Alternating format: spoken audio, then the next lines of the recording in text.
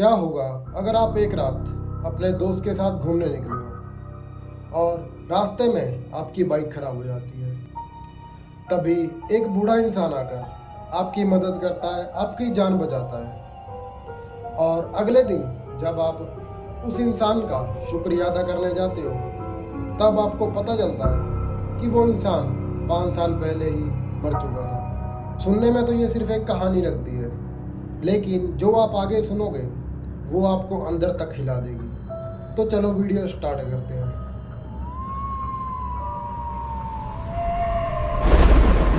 Every story hides a nightmare.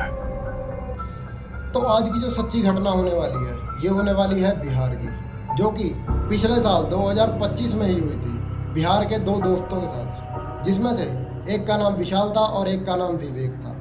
विवेक और विशाल बहुत अच्छे दोस्त हैं और ये दोनों एक दिन प्लान करते हैं अपनी सिटी से दूर एक सिटी में घूमने का। इन दोनों का प्लान था कि उस जगह पे घूमेंगे और शाम होने से पहले पहले अपने घर पे वापस लौट आएंगे। ये सुबह निकल जाते हैं, लेकिन ऐसा इन लोगों का प्लान था कि शाम से पहले पहले ये घर पे आ जाएंगे।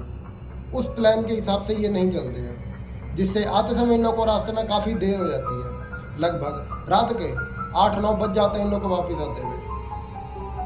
और जिस रास्ते से ये आ रहे होते हैं, उसी रास्ते में एक बहुत पुराना शमशान घाट पड़ता है। और आसपास के गांव में उस शमशान घाट के बारे में बहुत से ऐसे चर्चे थे। लोग कहते थे कि उस शमशान घाट में रात को एक छलावा दिखती है, जो कि कभी इंसान का तो कभी जानवर का रूप लेके, और जो भी देर रात को उस शमशान घाट के पास रुकता है वो उसे पकड़ लेती है, या तो उसे उसी समय पे मार देती है, या तो अपने साथ ले जाती है। इन्होंने भी उस शमशान घाट के बारे में सुन रखा था, और जैसे जैसे ये उस रास्ते से आ रहे थे, इन्हें उसी बात का डर था कि कहीं उस रास्ते पे हमको कुछ ऐसा ना दिख जाए। ये शमशान घाट के पास पहुंच ही रहे होते हैं। लगभग 10 से 15 मिनट की दूरी पर ही शमशान घाट था। ये अपनी बाइक चला रहे होते हैं, आपस में मौज मस्ती करते, बातचीत करते आ रहे थे रात के अंधेरे में। लगभग रात के 10 बज गए थे। तभी शमशान घाट से 10-15 कदम की दूरी पर ही इनकी जो बाइक थी वो अचानक से बंद हो जाती है। इन्हें नहीं पता चल रहा होता है कि अचानक से बाइक क्यों बंद हो गई। विवेक जो बाइक चला रहा था और विशाल उसके पीछे बैठा था। विशाल उतरता है और बाइक देखता है कि क्या हो गया, क्योंकि बाइक में पेट्रोल भी फुल था और ऐसी कोई चीज़ भी नहीं थी जिससे बाइक खराब हो अचानक से। जो विवेक था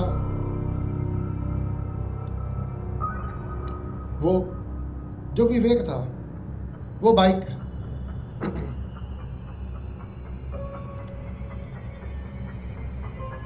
दोनों बाइक से उतरते हैं, बाइक को देखते हैं कि क्या हो गया, अचानक से बाइक चलते चलते बंद हो गई। इनको नहीं समझ आ रही होती है कि बाइक क्यों बंद हो गई।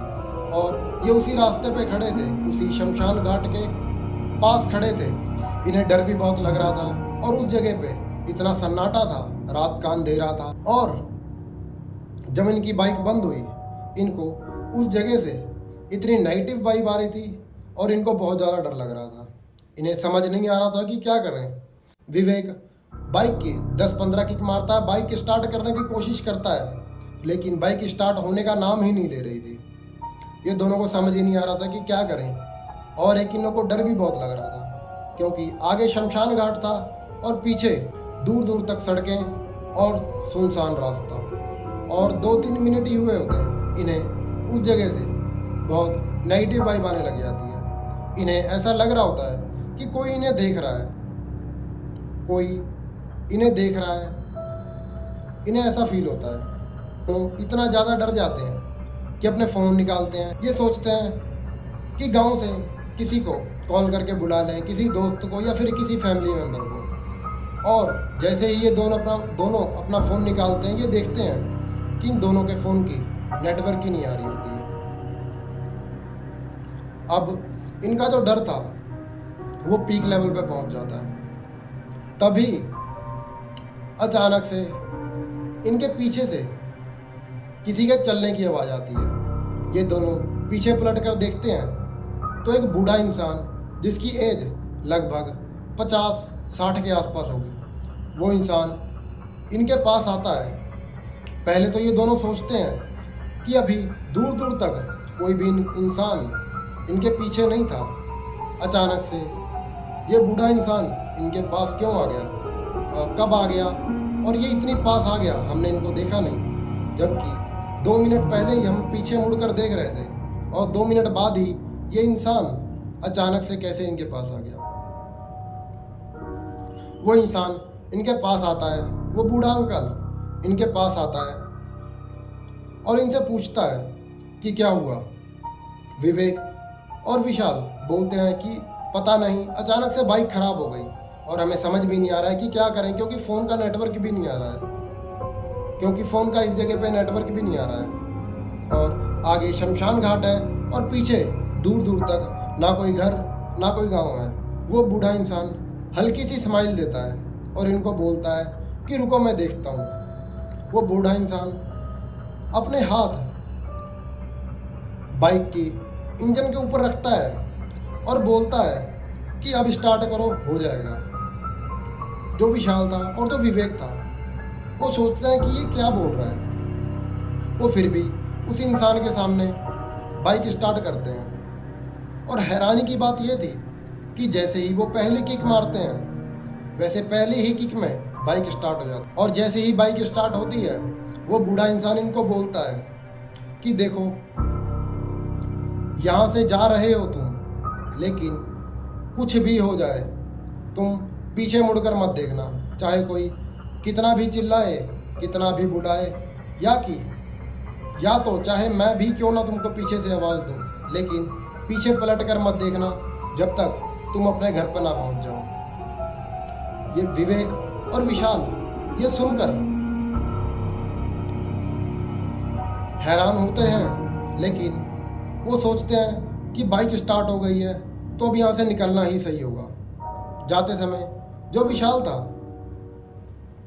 वो उन बूढ़े इंसान से उनका नाम पूछता है, तो वो बूढ़ा इंसान बताता है कि मेरा नाम राम प्रसाद है, ये दोनों अपनी बाइक का गियर डालते हैं और वहाँ से चल पड़ते हैं।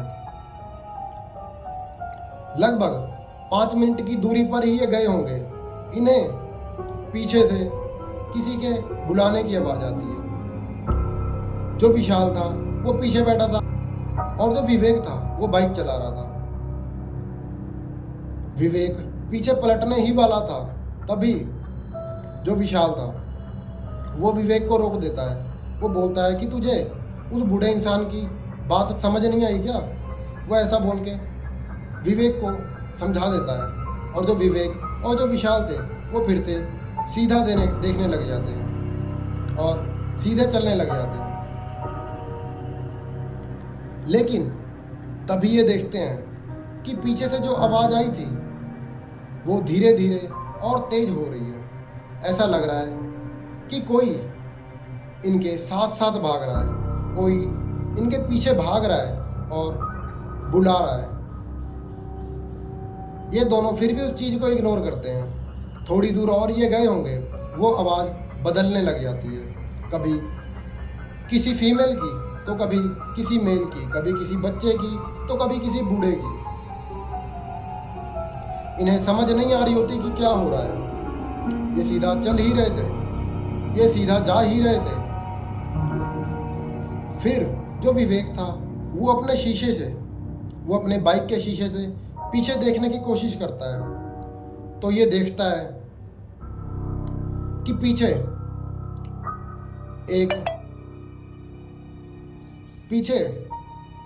एक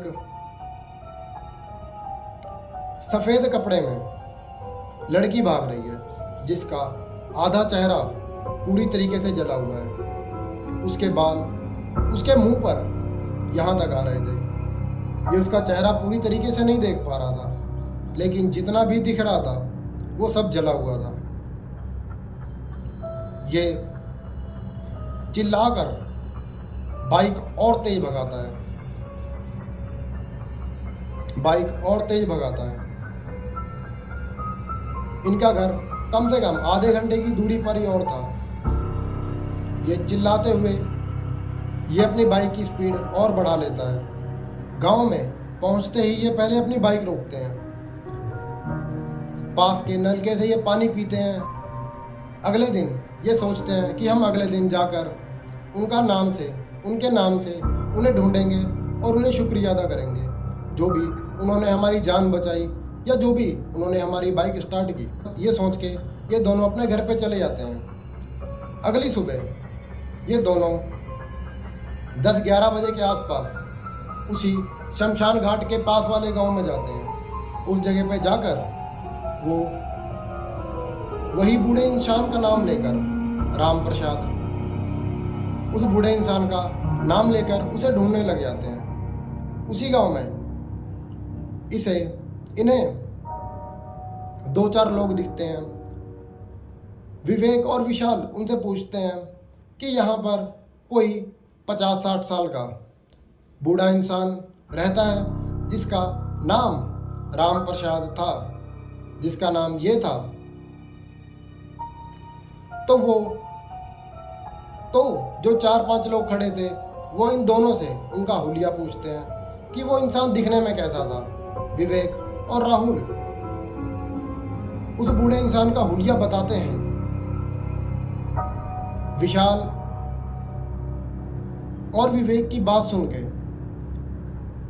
उसके हाथ से चाय का कप गिर जाता है। वो गांव के वो 3-4 लोग विवेक को और विशाल को बोलते हैं कि तुम हमारे पीछे चलो। इन दोनों को नहीं समझ आ रही होती है कि वो इन्हें कहाँ लेकर जा रहे हैं। ये दोनों उनके पीछे चलने लग जाते हैं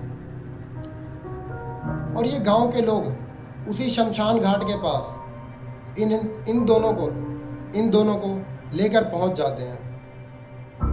शमशान घाट के अंदर ले जाते हैं। शमशान घाट के अंदर एक कब्र थी जिसके ऊपर क्लियरली लिखा था कि ये इंसान 2020 में इस दुनिया से चल बसा। ये सुन के विवेक और विशाल के पैरों तले जमीन ही खिसक जाती है। फिर जो गांव के लोग थे वो इन्हें बताते हैं कि ये बूढ़े इंसान की मृत्यु भी इसी शमशान घाट में हुई थी, किसी की मदद करते हुए। और तब से लेके आज तक जो भी इस शमशान घाट के आसपास किसी हादसे में फंसने वाला होता है, ये उनकी मदद करते हैं और आगे भी करते रहेंगे। तुम्हारी किस्मत अच्छी थी और तुम्हारा मन साफ था जिससे ये तुम्हें दिखे और इन्होंने तुम्हारी मदद की। विशाल और विवेक उस कब्र के सामने जाते हैं और उस कब्र से धन्यवाद बोलते हैं, उसके ऊपर फूल चढ़ाते हैं और फिर अपने गांव में वापस आ जाते हैं और गांव में भी आकर लोगों को बताते हैं, लेकिन कोई उनकी बातों पर यकीन नहीं करता। और सच बोलूं तो बिहार में ये सब चीज़ें आम होती है। वहाँ पर कब आपको क्या दिख जाए कुछ भी नहीं पता। और जो लोग भी बिहार से हैं वो कमेंट कर देना, और जो लोग भी बिहार से या किसी और सिटी से हैं प्लीज़ अपनी सिटी कमेंट कर देना।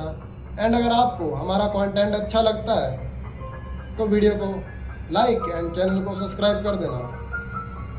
एंड हम कोशिश करेंगे आपके लिए डेली न्यू एक वीडियो ले आने की। तो मिलते हैं नेक्स्ट वीडियो में, जब तक के लिए बाय बाय।